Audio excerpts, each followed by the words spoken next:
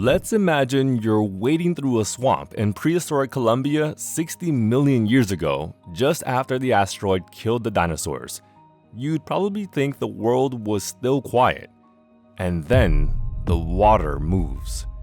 The entire surface of the water shifts because something underneath it is longer than a school bus, wider than a manhole cover, and heavier than a grizzly bear.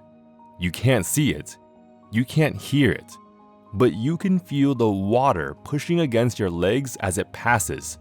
This is Titanoboa, the largest snake in Earth's history, and for millions of years, nothing on this continent could challenge it. So here's the thing, Titanoboa wasn't just a big snake. It was a snake so large that its existence broke the logic of what scientists thought was physically possible for a serpent. Titanoboa cerrojonensis was 14.3 meters long or 47 feet. Its body was a meter thick at its widest point, over 3 feet in diameter. It weighed over 1,100 kilograms, roughly 2,425 pounds. To put that in perspective, the biggest green anaconda ever measured is maybe 17 feet and 500 pounds. Titanoboa was more than twice as long and more than 10 times as heavy. The largest snake alive today is a fraction of what this thing was. And I know what you're thinking, because most people think a snake that big must be slow, sluggish, and barely able to move. But it's actually not that simple. Titanoboa was aquatic. Like an anaconda, in water, a snake that size doesn't carry its own weight. The water does, which means Titanoboa could move through the swamp with a speed and fluidity that a 2,400-pound animal has no business having. To understand how Titanoboa became the undisputed ruler of its ecosystem, let's take a look at what the world it walked, or rather swam, into. 66 million years ago, the asteroid hits. The non-avian dinosaurs vanish. The giant marine reptiles are gone. The pterosaurs are gone. The apex predators that had dominated every ecosystem on Earth for over 150 million years wiped out in a geological blink. And on every other continent, mammals eventually step into the empty throne. Wolves, bears, big cats, they take over. That's the story everyone knows. But South America was different. South America had been drifting away from the rest of the world since the breakup of Gondwana. It was an island continent, completely isolated. No wolves, no bears, no big cats. The mammalian predators that would dominate the rest of the planet hadn't arrived yet and wouldn't for millions of years. The Paleocene epoch, the period immediately after the asteroid, was significantly hotter than today. Cold-blooded animals had the advantage. In a world that's hot, ectotherms, animals that rely on environmental heat, could grow faster, metabolize more efficiently, and reach sizes that would be physically impossible in cooler conditions. Mammals, with their constant internal temperature, didn't get the same boost.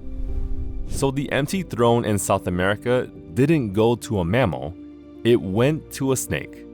But Titanoboa didn't rule alone. It ruled over an ecosystem where everything was giant. And that's what makes its dominance so impressive. The Cerrejón Formation in Colombia, where Titanoboa lived, paints a picture of a waterlogged, swampy world. And in that world, size was a dominant theme. Turtles with shells nearly 2 meters across, over 6 feet. Crocodilians reaching 5 meters long. Giant freshwater fish, including lungfish that grew to over 3 meters. This wasn't a swamp with a few big animals. This was an ecosystem where every species had been supercharged by the heat, and Titanoboa was above all of them. Being a super mega jungle giant sounds really awesome until you realize what it takes to stay on top. Every other predator in that swamp was also running on overdrive. Faster metabolism, faster growth, faster reproduction. The competition wasn't weak. The competition was enormous and warm stupefied by heat, and Titanoboa still outsized every single one of them by a massive margin. So what does a 47-foot snake actually do when it hunts? Because the way Titanoboa killed is what makes it genuinely terrifying. Modern anacondas are ambush predators. They wait in shallow water, nearly submerged, until prey comes. Then they strike, wrapping the body in coils and constricting. Each exhale from the prey tightens the coils. Death comes from asphyxiation. It's slow, it's deliberate, it's brutal. Now, scale that up by a factor of 10. Titanoboa used the same strategy, but at a scale that's almost incomprehensible. A 47-foot, 2,400-pound snake lying in murky water is effectively invisible. You wouldn't see it. And then the strike, not fast like a rattlesnake, but overwhelming. A body that thick, heavy, and long, wrapping around you with muscle density that defies imagination. The constriction force of a snake scales with body mass. A modern anaconda at 500 pounds can generate enough constriction pressure to kill a caiman. Titanoboa was 10 times that mass. The pressure it could generate wouldn't just suffocate, it would crush. Ribs, spine, everything. Whatever was caught in those coils was not getting out. And here's the weirdest part. Titanoboa's skull anatomy, specifically its small, weakly anchored teeth and reduced skull articulation, suggests it primarily ate fish. Giant lungfish, 3-meter-long aquatic prey, not the dramatic crocodile battles that documentaries love to show. But here's why that's even more terrifying. It means Titanoboa didn't need to hunt the most dangerous thing in the swamp to reach 47 feet. It just needed an endless supply of giant fish in water warm enough to never stop growing. It wasn't fighting for survival. It was feeding in a paradise that let it grow without limit. A predator that doesn't have to fight for its food is a predator that has no ceiling.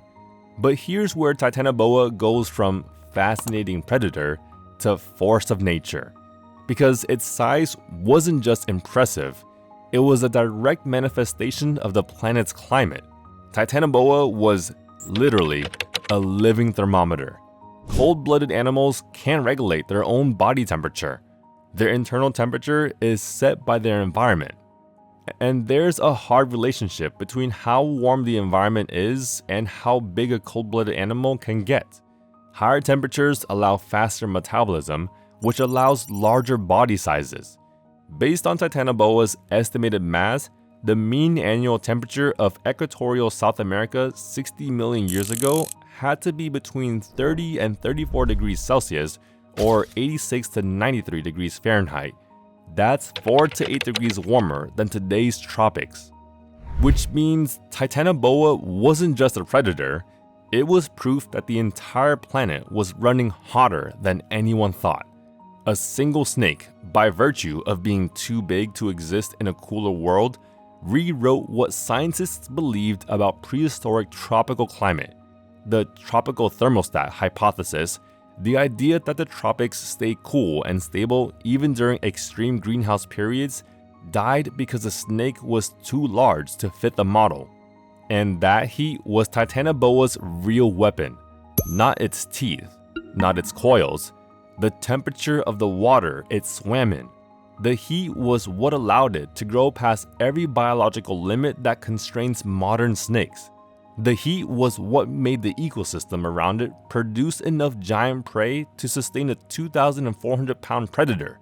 The heat was the engine. Take away the heat and Titanoboa doesn't just die, it can't exist in the first place. It's physically impossible. The snake and the climate are the same story. So, how long did Titanoboa rule? And what happened when it was gone? Titanoboa appears in the fossil record approximately 60 million years ago and disappears a few million years later. Whether it truly went extinct or simply vanishes from a gap in the record, no one can say for certain. But what we do know is what happened next. Nothing. The world that allowed cold-blooded giants to dominate began to disappear. Earth entered a 40 million year cooling trend. As temperature dropped, the metabolic ceiling for cold-blooded predators lowered. Mammals, warm-blooded, adaptable, able to thrive in cooler climates, stepped into the apex predator roles across the globe. The giant reptiles faded, and no snake ever refilled Titanoboa's niche.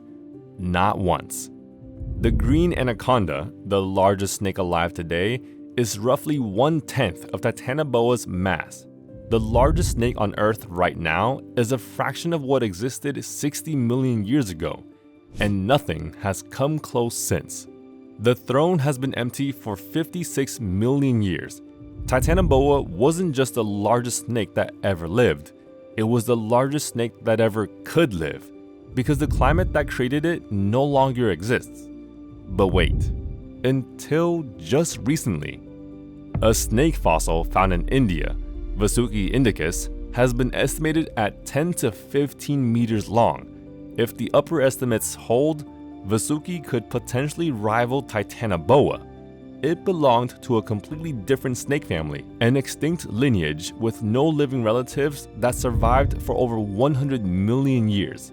But here's what's important. Vasuki existed at a different time and place, and it still required extreme heat. The fact that a second giant snake from a completely different lineage appeared under similar climatic conditions tells us Titanoboa wasn't a one-off freak. It was a pattern. When the planet gets hot enough, snakes get enormous, and when it cools, they never come back. Titanoboa didn't go extinct. It outgrew the planet.